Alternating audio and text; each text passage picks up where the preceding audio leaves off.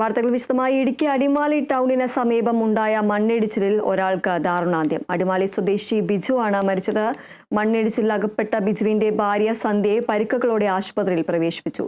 മണിക്കൂറുകൾ നീണ്ട പരിശ്രമത്തിനൊടുവിലാണ് മണ്ണിനടിയിൽ അകപ്പെട്ട ഇരുവരെയും പുറത്തെടുത്തത്. ഇന്നലെ രാത്രിയിലായിരുന്നു മണ്ണിടിച്ചിൽ സംഭവിച്ചത്.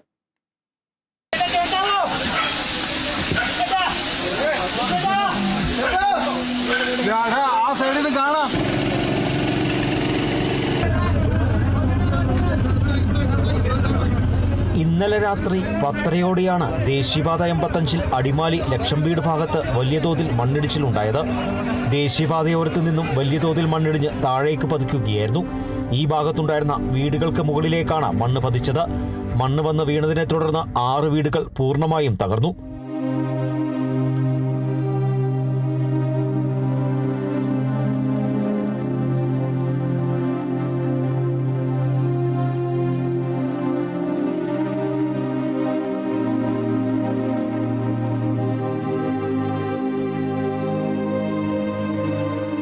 മണ്ണിടിച്ചിലിൽപ്പെട്ട് അടിമാലി സ്വദേശി ബിജുവിന് ദാരുണാന്ത്യം സംഭവിച്ചു.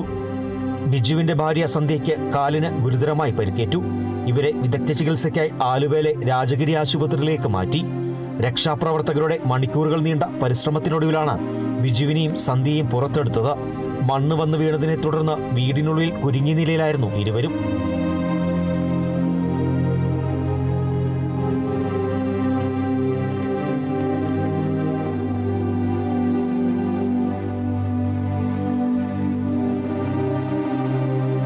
കഴിഞ്ഞ വെള്ളിയാഴ്ച വൈകിട്ടോടെ ഈ പ്രദേശത്ത് മണ്ണിടിച്ചിൽ സംഭവിച്ചിരുന്നു.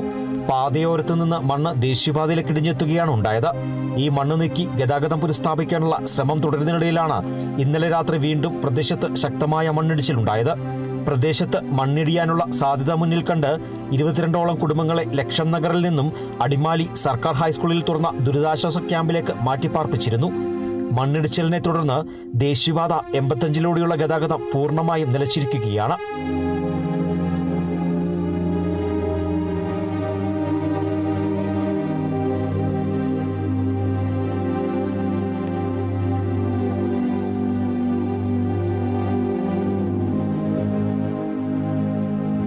Kerala vision news, Idukki. ദേശീയപാത നിർമ്മാണത്തിലെ അശാസ്ത്രീയതയാണ് ഇടുക്കി അടിമാലിയിലെ അപകടത്തിന് കാരണമായത്. വിള്ളൽ വീണത് ശ്രദ്ധയിൽപ്പെട്ടതിനാൽ കുടുംബങ്ങളെ മാറ്റിപ്പാർപ്പിച്ചത് വൻ ദുരന്തം ഒഴിവാക്കാൻ കാരണമായി. ഫൈസൽ അസീസ് വിവരങ്ങൾ നൽകും.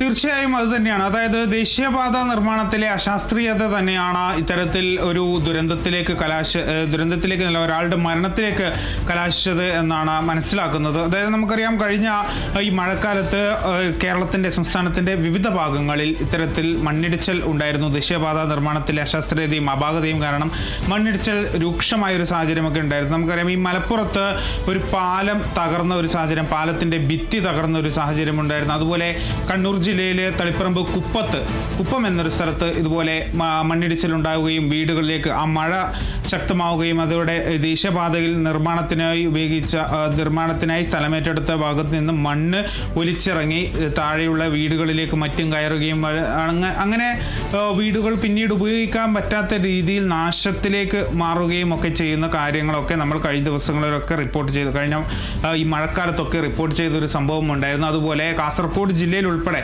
അതായത് സംസ്ഥാനത്തിന്റെ വിവിധ ഭാഗങ്ങളിൽ ഈ ദേശീയപാതയുടെ അശാസ്ത്രീയമായ നിർമ്മാണം കാരണം ഈ മണ്ണൊലിപ്പും അതുപോലെ തന്നെ വീടുകളിലേക്ക് മണ്ണിറങ്ങി ചെന്നതുമൊക്കെയുള്ള കാര്യങ്ങളൊക്കെ നമ്മൾ കണ്ടതാണ്. അത്തരത്തിൽ ഇപ്പോൾ നിർമ്മാണ പ്രവൃത്തി നടക്കുന്നത് തന്നെയാണ് ഈ കൊച്ചി ധനുഷ്കോടി ദേശീയപാത. ആ ദേശീയപാതയിൽ നിർമ്മാണം നടക്കുന്നിടത്ത് തന്നെയാണ് ഇപ്പോൾ മണ്ണിടിച്ചിലുണ്ടായിരിക്കുന്നത്. നമുക്കറിയാം, കഴിഞ്ഞ ദിവസങ്ങളിലൊക്കെ ശക്തമായ മഴയാണ്.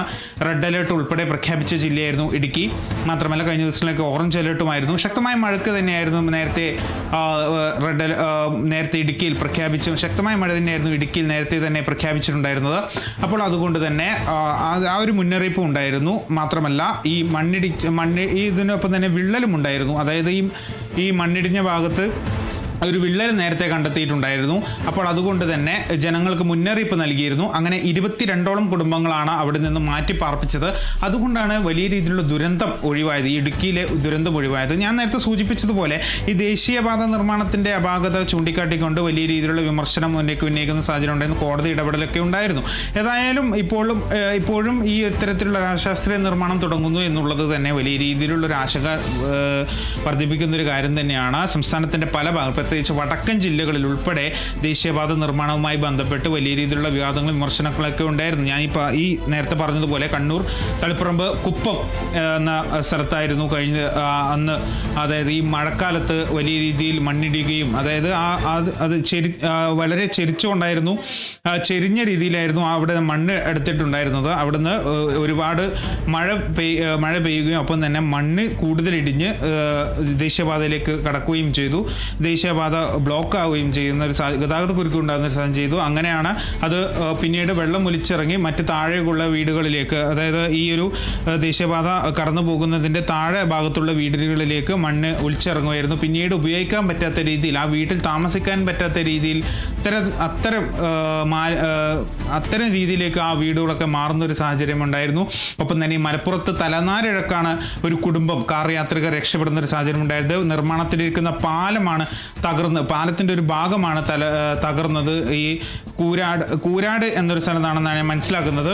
അവിടെയാണ് ഇത്തരത്തിലൊരു നിർമ്മാണത്തിലിരിക്കുന്ന ദേശീയപാത തകർന്ന് ഒരു വലിയ രീതിയിൽ മണ്ണ് താഴേക്ക് ഇറങ്ങി ഒരു കുടുംബം തലനാരിഴക്ക് രക്ഷപ്പെടുകയും ചെയ്തത്. മാത്രമല്ല കാസർഗോഡ് ജില്ലയിലെ ചെർക്കള നീലേശ്വരം ഭാഗത്തും ഇത് ഒരു രീതിയിൽ സമാനമായ രീതിയിൽ മണ്ണിടിഞ്ഞുണ്ടായിരുന്നു. അന്നും ഒരു കുടുംബം, കാർ യാത്രികരായ ഒരു കുടുംബം ഒരു തലനാടിരക്കാണ് രക്ഷപ്പെട്ടതെന്ന് പറയാം. അത്തരത്തിൽ ദേശീയപാത നിർമ്മാണത്തിനെതിരെ വലിയ രീതിയിലുള്ള ഒരു ദേശീയ നിർമ്മാണത്തിൻ്റെ ഇവിടെ ഉണ്ടാകുന്ന അശാസ്ത്രീയതയ്ക്കെതിരെ വലിയ രീതിയിലുള്ള വിമർശനങ്ങളും വലിയ രീതിയിലുള്ള വിയോജിപ്പുകളും അത്തരത്തിലുള്ള കാര്യങ്ങളൊക്കെ ഉയർന്നു വരുന്ന സാഹചര്യമാണ്. അതിനിടയിലാണ് ഇത്തരത്തിലൊരു ദാരുണമായൊരു സംഭവം ഉണ്ടായിരിക്കുന്നത്. ഏതായാലും ഭക്ഷണം കഴിക്കാൻ വേണ്ടി വീട്ടിലെത്തിയ ദമ്പതികളായിരുന്നു. അതിൽ ഭർത്താവാണ് മരണപ്പെട്ടിരിക്കുന്നത്. ഭാര്യയുടെ നില ഇപ്പോൾ ചികിത്സയിൽ തുടരുകയാണ്. ആലുവയിലെ രാജഗിരി ഹോസ്പിറ്റലിൽ ചികിത്സയിൽ തുടരുകയാണ് അവർ. ശരി, ദേശീയപാത നിർമ്മാണത്തിലെ അശാസ്ത്രീയതയാണ് ഇടുക്കി അടിമാലിയിലെ അപകടത്തിന് കാരണമായത്. വിള്ളൽ വീണത് അശ്രദ്ധയിൽപ്പെട്ടതിനാൽ കുടുംബങ്ങളെ മാറ്റിപ്പാർപ്പിച്ചത് വൻ ദുരന്തം ഒഴിവാക്കാൻ കാരണമായി. ഫൈസൽ അസീസാണ് വിവരങ്ങൾ നൽകിയത്.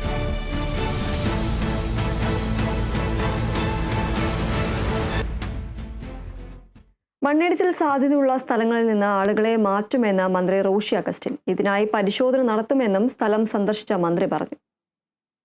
സാധ്യതയുണ്ടെന്ന് കാണുന്ന സ്ഥലങ്ങളിൽ സംശയാസ്പദമായി ആരെയും നിർത്താൻ ഉദ്ദേശിക്കുന്നില്ല.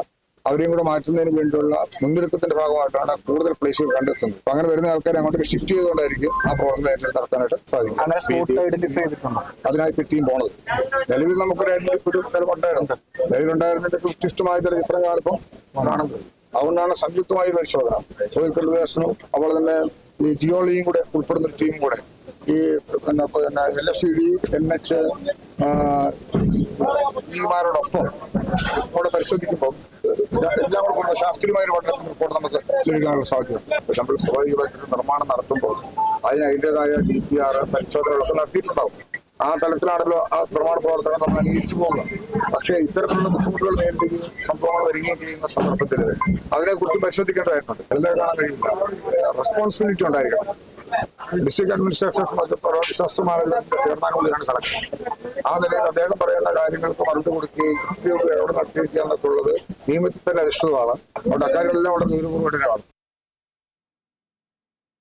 കേന്ദ്ര വിദ്യാഭ്യാസ പദ്ധതിയായ PM ശ്രീയിൽ CPIM നിലപാട് വിശദീകരിക്കട്ടെ എന്ന് CPI. വിദ്യാഭ്യാസ മേഖലയുടെ വർഗീയവൽക്കരണം അനുവദിക്കില്ലെന്നും CPI ജനറൽ സെക്രട്ടറി D. രാജ പറഞ്ഞു. പാർട്ടി സാഹചര്യം വിലയിരുത്തും, ധാരണാപത്രം പിൻവലിക്കണമെന്നും D. രാജ ആവർത്തിച്ചു.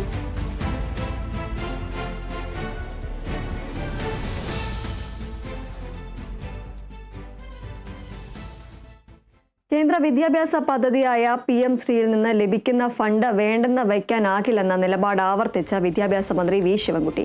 വിദ്യാർത്ഥികളെ ബാധിക്കുന്ന വിഷയമായതിനാൽ ഫണ്ട് വേണ്ടെന്ന് വയ്ക്കാനാകില്ല.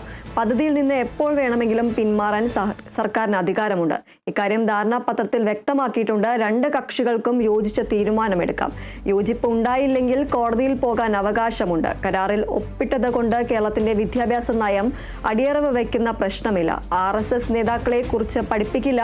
പാഠപുസ്തകം ഇറക്കാനുള്ള അധികാരം സംസ്ഥാനത്തിനാണ് എന്ന് ദേശീയ വിദ്യാഭ്യാസ നയത്തിൽ പറയുന്നുണ്ടെന്നും വിദ്യാഭ്യാസ മന്ത്രി പറഞ്ഞു.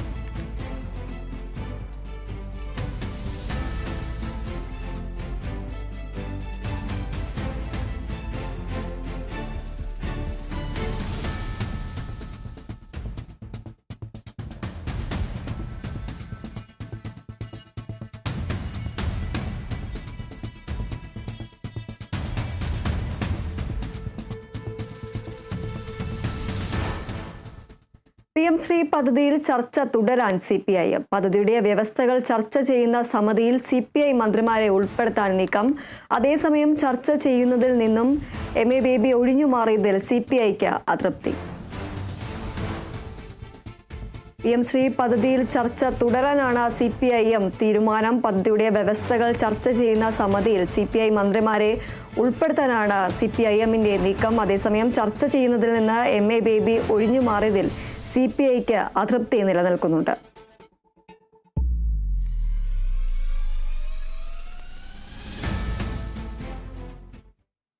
PM ശ്രീയിൽ CPIM വഞ്ചന കാണിച്ചുവെന്ന് പ്രതിപക്ഷ നേതാവ് VD സതീശൻ. കൂടെയുള്ള മന്ത്രിമാരെ പോലും CPIM വഞ്ചിച്ചു.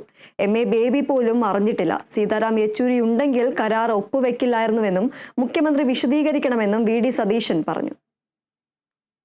10-ാം തീയതി എന്ത് സംഭവിച്ചു? ഡൽഹിയിൽ എന്ത് ഡീലാണ് അവിടെ വെച്ച് നടന്നത്?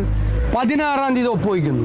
22-ാം തീയതി മന്ത്രിസഭാ യോഗത്തിൽ CPI വാശിയോടുകൂടി എതിർക്കുന്നു. അപ്പോൾ മുഖ്യമന്ത്രിയും വിദ്യാഭ്യാസ മന്ത്രിയും മിണ്ടാതിരിക്കുന്നു. ഒപ്പുവെച്ചിട്ട് വന്നിട്ടിരിക്കുക. കൂടെയുള്ള മന്ത്രിമാരോട് വരെ കള്ളത്തരം കാണിക്കുകയാണ്. ഒപ്പുവെച്ചിട്ട് വന്നിട്ടിരിക്കുമ്പോൾ ആ CPI മന്ത്രി എല്ലാ മന്ത്രിമാർക്കും കൂടി വേണ്ടിയിട്ട് ഇതൊരിക്കലും ഒപ്പുവെക്കരുതെന്ന് പറയുമ്പോൾ രണ്ടുപേരും മൗനം അവലംബിക്കുന്നു. എന്ത് കള്ളത്തരമാണ് കൂടെയുള്ള മന്ത്രിമാരോട്, മന്ത്രിസഭയിലെ മന്ത്രിമാരോട് കാണിക്കുന്നത്. 16-ാം തീയതി ഒപ്പുവെച്ചെന്ന് പറഞ്ഞാൽ പോരെ, ഇത് പുറത്തു വരില്ലേ? സീതാറാം യെച്ചൂരിയാണ് ആ പൊസിഷനിലുണ്ടായിരുന്നെങ്കിൽ ഇത് ഒപ്പുവയ്ക്കില്ല എന്നാണ് ഞാൻ വിചാരിക്കുന്നത്. ഇപ്പോൾ അദ്ദേഹം സമ്മതിക്കില്ല. MA ബേബിയൊക്കെ വിധേയനെ പോലെ നിൽക്കുകയാണ്. അതുപോലെ സംസ്ഥാന ഘടകം തീരുമാനിക്കട്ടെ. ആരാ ബ്ലാക്ക്മെയിൽ ചെയ്തത്? മുഖ്യമന്ത്രി പിണറായി വിജയനെ ആര് ബ്ലാക്ക്മെയിൽ ചെയ്തു?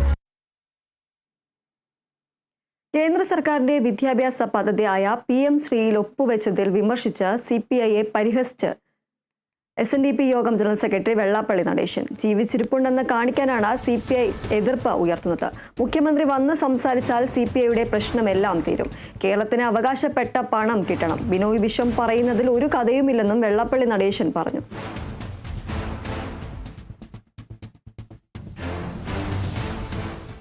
PM ശ്രീയിൽ വിദ്യാഭ്യാസ മന്ത്രി V ശിവൻകുട്ടിയുടെ വാക്കുകളോട് പ്രതികരിക്കാതെ റവന്യൂ മന്ത്രി K രാജൻ. വിദ്യാഭ്യാസ മന്ത്രിയുടെ വാക്കുകൾ കേട്ടിട്ടില്ല എന്നും പറയേണ്ട കാര്യങ്ങൾ കൃത്യസമയത്ത് പറയേണ്ടവർ പറയുമെന്നും K രാജൻ പറഞ്ഞു. ഇതുമായി ബന്ധപ്പെട്ട പാർട്ടിയുടെ അഭിപ്രായം നേരത്തെ രേഖപ്പെടുത്തിയിട്ടുണ്ട്. ഇനി അതുമായി ബന്ധപ്പെട്ട് ഇപ്പോൾ ഒരു കമന്റിന് ഞാൻ തയ്യാറല്ല. ഞാനത് കേട്ടതിന് ശേഷം നമുക്ക് നോക്കാം. ഈ കാണുന്നതിൽ പറയേണ്ട കാര്യമില്ല. എന്താണ് അദ്ദേഹം പറഞ്ഞത് നോക്കിയതിന് ശേഷം പ്രതികരിക്കാം. ആവശ്യമായ ഘട്ടത്തിൽ ആവശ്യമുള്ളത് ആവശ്യമായ ആളുകളെ അറിയിക്കും. തുടർന്നു അടിമാലി കൂമ്പൻപാറയിൽ മണ്ണിടിച്ചിൽ സാധ്യത ഇനിയുമുണ്ടെന്ന് ഡീൻ കുര്യാക്കോസ് MP. ആളുകളെ മാറ്റിപ്പാർപ്പിക്കാനും പരിശോധനയ്ക്കും തീരുമാനമായെന്നും ഡീൻ കുര്യാക്കോസ് പറഞ്ഞു. ഇപ്പോഴും ഭീഷണി അവസാനിച്ചിട്ടില്ല. അപകട ഭീഷണി നിലനിൽക്കുന്നു എന്നുള്ളതാണ്. മഴയില്ലാത്ത ദിവസമാണ് ഇത്രയും വലിയ അത്യാഹിതം ഉണ്ടായിട്ടുള്ളത്. അതുകൊണ്ട് ആളുകളെ മാറ്റി പാർപ്പിക്കേണ്ടി വരും. അപ്പൊ അതിന്റെ തീരുമാനം എടുത്തു കഴിഞ്ഞു. ഇവർക്ക് താമസിക്കാൻ വേണ്ടിയിട്ടുള്ള KCB ക്വാർട്ടേഴ്സുകൾ തയ്യാറാക്കണമെന്നാണ് ആലോചിച്ചിട്ടുള്ളത്. ഇനി അതുകൊണ്ട് മാത്രം നിൽക്കുമോ, ഇനി അതിനപ്പുറത്ത് ആവശ്യമായിട്ടുണ്ടോ, വീടുകൾ വാടകയ്ക്ക് എടുക്കേണ്ടതുണ്ടോ എന്നുള്ളത് ഇപ്പോൾ ആലോചിച്ചുകൊണ്ടിരിക്കുകയാണ്. റോഡിന്റെ ബാക്കി ഭാഗത്ത് ഉണ്ടായിട്ടുള്ള നിർമ്മാണങ്ങൾ അത് പരിശോധിക്കാൻ വേണ്ടി തീരുമാനിച്ചിട്ടുണ്ട്. ഈ പറയപ്പെടുന്ന ഭൂമി വിണ്ട് കയറിയത് കണ്ടെത്തിയതാണ്.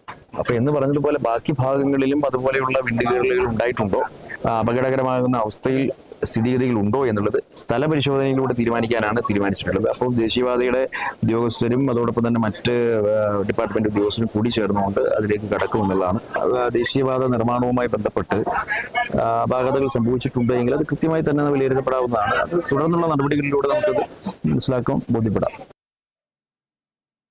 ഇടുക്കി അടിമാലിയിലെ സംഭവം വേദനാജനകമെന്ന് റവന്യൂ മന്ത്രി K രാജൻ. നിർമ്മാണ പ്രവർത്തനത്തിൽ അപാകതയുണ്ടോ എന്ന് പരിശോധിക്കും.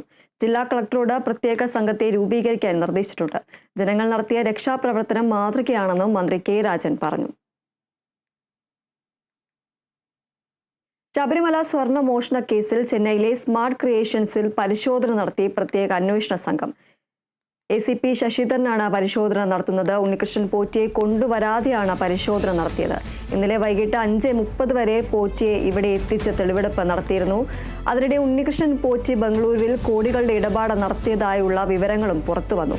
ഇതിലെ രേഖകൾ SIT പിടിച്ചെടുത്തിരുന്നു.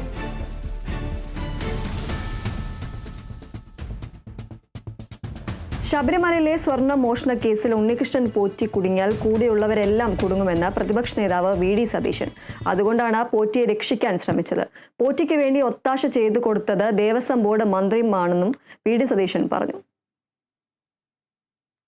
ദേവസ്വം ബോർഡ് പ്രതിയാണ്, അന്നത്തെ പ്രസിഡന്റും മെമ്പർമാരും എല്ലാം പ്രതികളാണ്. ഇതെല്ലാം പിന്നീട് അറിഞ്ഞിട്ടും ഇപ്പോഴത്തെ ദേവസ്വം ബോർഡ്, ഇപ്പോഴത്തെ ദേവസ്വം മന്ത്രി ഇതെല്ലാം മൂടി വെച്ചു. ഉണ്ണികൃഷ്ണൻ പോറ്റി മാത്രമാണ് ഉത്തരവാദിയെങ്കിൽ ഉണ്ണികൃഷ്ണൻ പോറ്റിക്കെതിരായി എന്തുകൊണ്ട് ക്രിമിനൽ പ്രൊസീഡിങ്സ് സ്വീകരിച്ചില്ല? എടുക്കാമായിരുന്നല്ലോ. ഉണ്ണികൃഷ്ണൻ പോറ്റി മാത്രമാണ്. അപ്പോൾ ഉണ്ണികൃഷ്ണൻ പോറ്റി കുടുങ്ങിയാൽ ഇവരെല്ലാവരും കുടുങ്ങും എന്നിവർക്ക് വ്യക്തമായിട്ട് അറിയാമായിരുന്നു. അതുകൊണ്ട് ഉണ്ണികൃഷ്ണൻ പോറ്റിയെ രക്ഷിക്കാൻ വേണ്ടിയിട്ടുള്ള ഏർപ്പാട് കൂടി ചെയ്തു. കൊടുത്തത് മുഴുവൻ ചെമ്പുപാളിയാണെന്ന് എഴുതി കൊടുത്തു. കോടതി ഇടപെട്ട് അയ്യപ്പൻ ഇടപെട്ടില്ലെങ്കിൽ ഇത് വീണ്ടും ഇതും പോയേനെ അയ്യപ്പൻ്റെ തങ്കവിഗ്രഹവും പോയാൽ ഇത് രണ്ടും കൊണ്ടുപോയതിന് മുമ്പ്. ശബരിമല സ്വർണ്ണ മോഷണത്തിൽ ഹൈക്കോടതി നിയോഗിച്ച ജസ്റ്റിസ് KT ശങ്കരൻ ആറന്മുളയിലെ പ്രധാന സ്ട്രോങ് റൂമിൽ ഇന്ന് പരിശോധന നടത്തി. ശബരിമലയിലെ പരിശോധന പൂർത്തിയാക്കിയ ശേഷമാണ് ആറന്മുളയിലെ ദേവസ്വം ബോർഡിന്റെ പ്രധാന സ്ട്രോങ് റൂമിൽ പരിശോധന നടത്തിയത്. ഭക്തർ നൽകിയ സ്വർണ്ണ വെള്ളി ആഭരണങ്ങളും മറ്റും സൂക്ഷിച്ചിരിക്കുന്നത് ഈ സ്ട്രോങ് റൂമിലാണ്.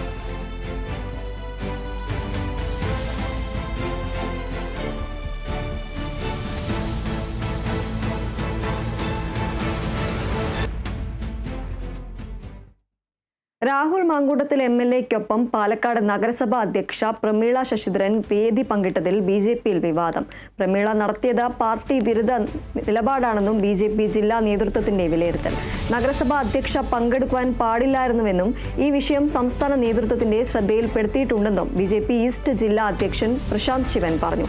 നഗരത്തിലെ സ്റ്റേഡിയം ബൈപ്പാസ് റോഡ് ഉദ്ഘാടനത്തിനാണ് രാഹുൽ മാങ്കൂട്ടത്തിൽ MLAയ്ക്കൊപ്പം പാലക്കാട് നഗരസഭാ ചെയർപേഴ്സണും പങ്കെടുത്തത്.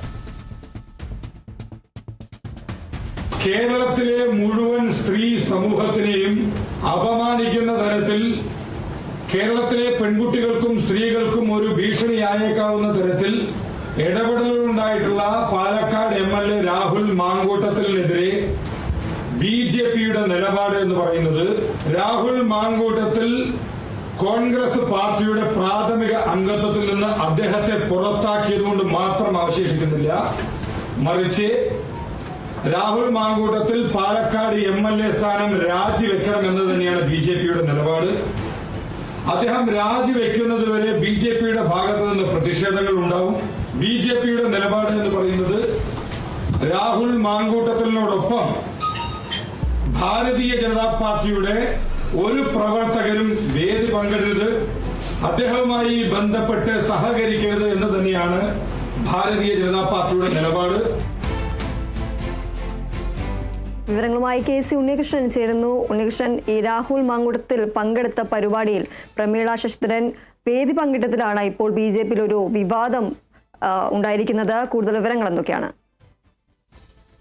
ദീപ്തി, പാലക്കാട് MLA രാഹുൽ മാങ്കൂട്ടത്തിനെതിരെ ലൈംഗികാരോപണം യുവതികൾ ഉന്നയിച്ച സാഹചര്യത്തിൽ വലിയ രീതിയിലുള്ള പ്രതിഷേധം പാലക്കാട് BJP ജില്ലാ നേതൃത്വത്തിൻ്റെ അടക്കം ഉണ്ടായിരുന്നു. വലിയ രീതിയിൽ MLA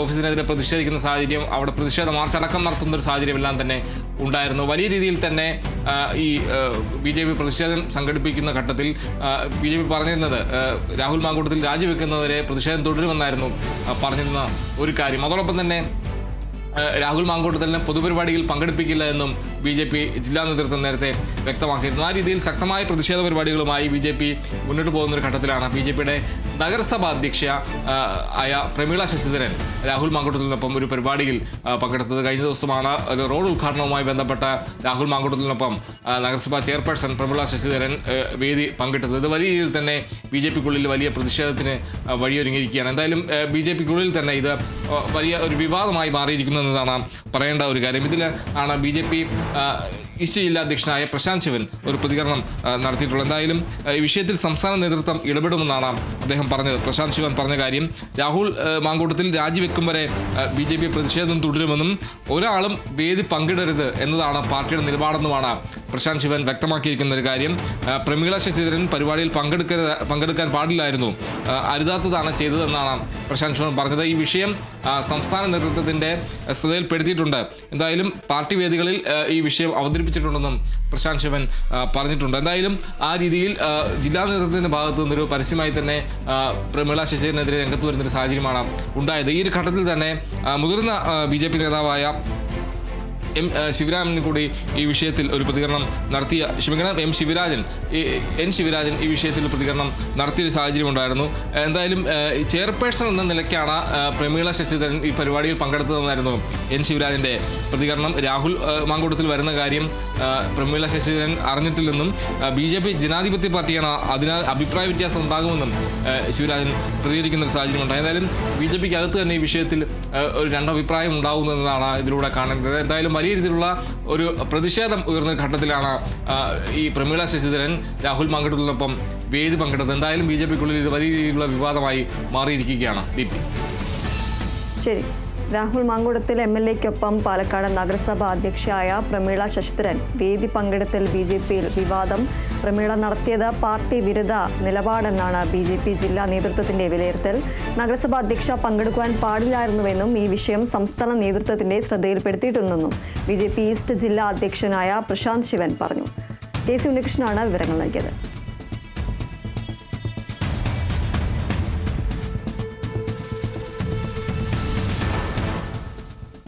കണ്ണൂർ മുൻ ADM നവീൻ ബാബുവിന്റെ മരണവുമായി ബന്ധപ്പെട്ട മാനനഷ്ട കേസ് ഫയൽ ചെയ്ത നവീൻ ബാബുവിന്റെ കുടുംബം.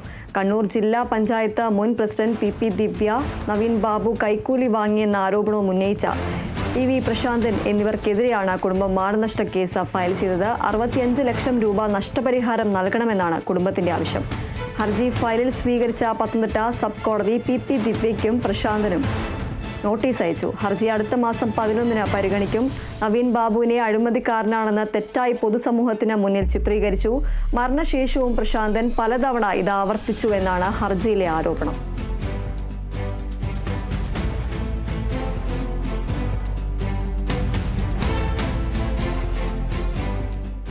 തിരുവനന്തപുരം വെള്ളനാട് സർവീസ് സഹകരണ ബാങ്ക് മുൻ സെക്രട്ടറി ഇൻചാർജ് ജീവനൊടുക്കിയ നിലയിൽ. വെള്ളനാട് വെള്ളൂർപ്പാറ സ്വദേശി അനിൽകുമാറാണ് മരിച്ചത്. വീടിന് പുറത്തുള്ള പ്ലാവിൽ തൂങ്ങി മരിച്ച നിലയിൽ കണ്ടെത്തുകയായിരുന്നു. വിവരങ്ങളുമായി രാജേഷ് ശ്രീനിവാസൻ ചേരുന്നു. രാജേഷ്, ഈ ഒരു മുൻ സഹകരണ ബാങ്ക് മുൻ സെക്രട്ടറി ഇൻചാർജിനെയാണ് ഇപ്പോൾ ജീവനൊടുക്കിയ നിലയിൽ കണ്ടെത്തിയിരിക്കുന്നത്. കൂടുതൽ വിവരങ്ങൾ എന്തൊക്കെയാണ്? ദീപ്തി, അനിൽകുമാറിനെ ഇന്ന് രാവിലെയാണ് വീടിന് സമീപത്തെ പ്ലാവിൽ തൂങ്ങി മരിച്ച നിലയിൽ കണ്ടെത്തിയത്. ഈ പറഞ്ഞ പോലെ ഈ വെള്ളനാട് സർവീസ് സഹകരണ ബാങ്കിലെ മുൻ സെക്രട്ടറി ഇൻചാർജാണ് ഇദ്ദേഹം. എന്നാൽ കഴിഞ്ഞ 1.5 വർഷമായി ഇദ്ദേഹം സസ്പെൻഷനിലായിരുന്നു. ഈ ചില തിരിമറി ആരോപണത്തിൻ്റെ പശ്ചാത്തലത്തിൽ ഇദ്ദേഹം സസ്പെൻഷനിലായിരുന്നു. മെയ് 1-ന് വിരമിക്കാനിരിക്കെയാണ് ഇപ്പോൾ ജീവനൊടുക്കിയത്. സാമ്പത്തിക ക്രമക്കേടുമായി ബന്ധപ്പെട്ട് 1.5 വർഷത്തിലേറെ ഇദ്ദേഹം സസ്പെൻഷനിലായിരുന്നു. 2017-18 ഓഡിറ്റ് റിപ്പോർട്ടിൽ വ്യാപക ക്രമക്കേട് കണ്ടെത്തിയതിനെ തുടർന്നാണ് ഇദ്ദേഹത്തെ സസ്പെൻഡ് ചെയ്തത്. ഓഡിറ്റ് കണക്ക് പ്രകാരം 2 കോടി രൂപയിലധികം ഈ ബാങ്കിൽ തിരിമറി നടത്തിയിട്ടുണ്ട് എന്നതാണ് ഈ അന്വേഷണത്തിൽ കണ്ടെത്തിയിട്ടുള്ളത്. അതിന് പിന്നാലെ ഇദ്ദേഹത്തിനെതിരെ ഈ വലിയ രീതിയിലുള്ള പ്രതിഷേധങ്ങളൊക്കെ നടക്കുന്നൊരു സാഹചര്യം ഉണ്ടായിരുന്നു. ഈ ആരോപണത്തിന് പിന്നാലെ നടക്കുന്ന അന്വേഷണം പുരോഗമിക്കുന്നതിനിടെയാണ് ഇന്ന് ഇദ്ദേഹത്തെ ജീവനൊടുക്കിയ നിലയിൽ കണ്ടെത്തിയത്.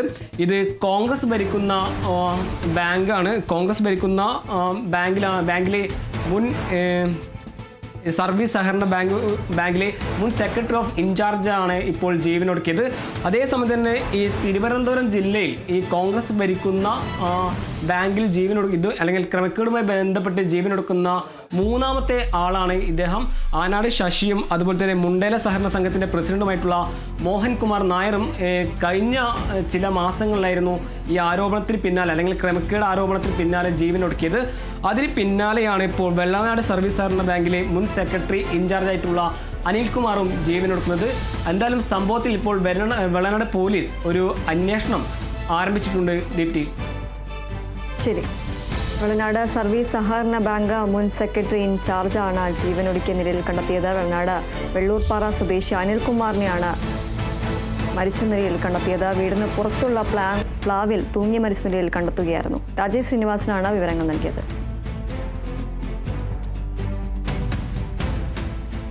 ആസിയാൻ ഉച്ചകോടിക്ക് മലേഷ്യയിലെ കോലാലംപൂരിൽ തുടക്കം. ഡൊണാൾഡ് ട്രംപ് അടക്കം നേതാക്കൾ പങ്കെടുക്കുന്നു. വ്യാപാര ബന്ധവും US തീരുവ ഭീഷണിയും ചർച്ചയാകും. പ്രധാനമന്ത്രി നരേന്ദ്രമോദി ഓൺലൈനായി പങ്കെടുക്കും. വിവരങ്ങളുമായി KC ഉണ്ണികൃഷ്ണൻ ചേരുന്നു. ഉണ്ണികൃഷ്ണൻ, ആസിയാൻ ഉച്ചകോടിക്ക് തുടക്കമായിരിക്കുകയാണ്. ഈ വ്യാപാര ബന്ധവും US തീരുവ ഭീഷണിയും അടക്കം ഈ ഒരു ഉച്ചകോടിയിൽ ചർച്ചയാകും. മറ്റെന്തൊക്കെ വിഷയങ്ങളാണ് ഈ ഉച്ചകോടിയിൽ ചർച്ചയാവുക? കൂടുതൽ വിവരങ്ങൾ എന്തൊക്കെയാണ്? 47ാമത് ആസിയാൻ ഉച്ചകോടിക്കാണ് മലേഷ്യയിലെ കോലാലംപൂരിൽ തുടക്കമായത്. എന്തായാലും ഈ പ്രധാനപ്പെട്ട ലോക നേതാക്കൾ പങ്കെടുക്കുന്നതിൽ വളരെ ലോകശ്രദ്ധ ആകർഷിക്കുന്നതാണ് ഉച്ചകോടി എന്ന് പറയുന്നത്. എന്തായാലും അമേരിക്കൻ പ്രസിഡന്റ് ഡൊണാൾഡ് ട്രംപ് ഈ ഉച്ചകോടിയിൽ അഭിസംബോധന ചെയ്ത് സംസാരിച്ചിരുന്നു. പ്രാദേശിക സുരക്ഷ, വ്യാപാര ബന്ധങ്ങൾ, അതോടൊപ്പം തന്നെ US തീരുവ ഭീഷണി തുടങ്ങിയ വിഷയങ്ങളെല്ലാം തന്നെ ഈ ഉച്ചകോടിയിൽ ഉയരുമെന്ന് തന്നെയാണ് പ്രതീക്ഷിക്കുന്നത്. എന്തായാലും വിദേശകാര്യമന്ത്രി S ജയശങ്കറാണ് ഇന്ത്യ പ്രതിനിധീകരിച്ചുകൊണ്ട് ഉച്ചകോടിയിൽ പങ്കെടുക്കുന്നത്. കൂടാതെ പ്രധാനമന്ത്രി നരേന്ദ്രമോദിയും വെർച്വലായി ഉച്ചകോടിയെ അഭിസംബോധന ചെയ്യുമെന്നതാണ് ഏറ്റവും പ്രധാനപ്പെട്ട ഒരു കാര്യം. എന്തായാലും ഡൊണാൾഡ് ട്രംപ്, അമേരിക്കൻ പ്രസിഡന്റ്, ഈ ഉച്ചകോടിയിൽ പറഞ്ഞത് സ്വതന്ത്രവും തുറന്നതും അഭിവൃദ്ധിയുമായൊരു ബന്ധം പുലർത്തുന്നതിന് വേണ്ടി അമേരിക്ക പ്രതിജ്ഞാബദ്ധമാണെന്നാണ് പറഞ്ഞത്. കൂടാതെ തെക്ക് കിഴക്കൻ ഏഷ്യൻ രാജ്യങ്ങൾക്കുള്ള ഒരു സന്ദേശം എന്ന രീതിയിൽ പറഞ്ഞത് 100% അമേരിക്ക നിങ്ങളോടൊപ്പം ഉണ്ടാകുമെന്നാണ് ഈ ആസിയൻ രാജ്യങ്ങളോട് ട്രംപ് പറഞ്ഞ ഒരു കാര്യം. എന്തായാലും അതിലൂടെ തന്നെ, ഈ ബന്ധത്തിലൂടെ തന്നെ വ്യാപാര ബന്ധമടക്കം മുന്നോട്ട് കൊണ്ടുപോയി മികച്ചൊരു അഭിവൃദ്ധി ഉണ്ടാക്കാമെന്നാണ് ട്രംപ് പറഞ്ഞിരിക്കുന്ന ഒരു കാര്യം. എന്തായാലും അമേരിക്ക ഈ മേഖലയുമായി, അതായത് ഇൻഡോ പസഫിക് മേഖലയുമായി ബന്ധപ്പെട്ട് അമേരിക്കയുടെ ബന്ധം നേരത്തെ മുതലുള്ളതാണ്. അത് ബന്ധം മികച്ച രീതിയിൽ തന്നെ വളർന്നുകൊണ്ടിരിക്കുകയാണെന്നും ട്രംപ് പറഞ്ഞു. അതോടൊപ്പം തന്നെ ദീർഘകാലമായി ഈ അതിർത്തി തർക്കം നിലനിന്നിരുന്ന തായ്ലൻഡ് കംബോഡിയയും തമ്മിലുള്ള പ്രശ്നം, ഒരു സംഘർഷം, അത് പരിഹരിക്കാനും ട്രംപിന് കഴിഞ്ഞു എന്നതാണ് പറയേണ്ട ഒരു കാര്യം. അതിൽ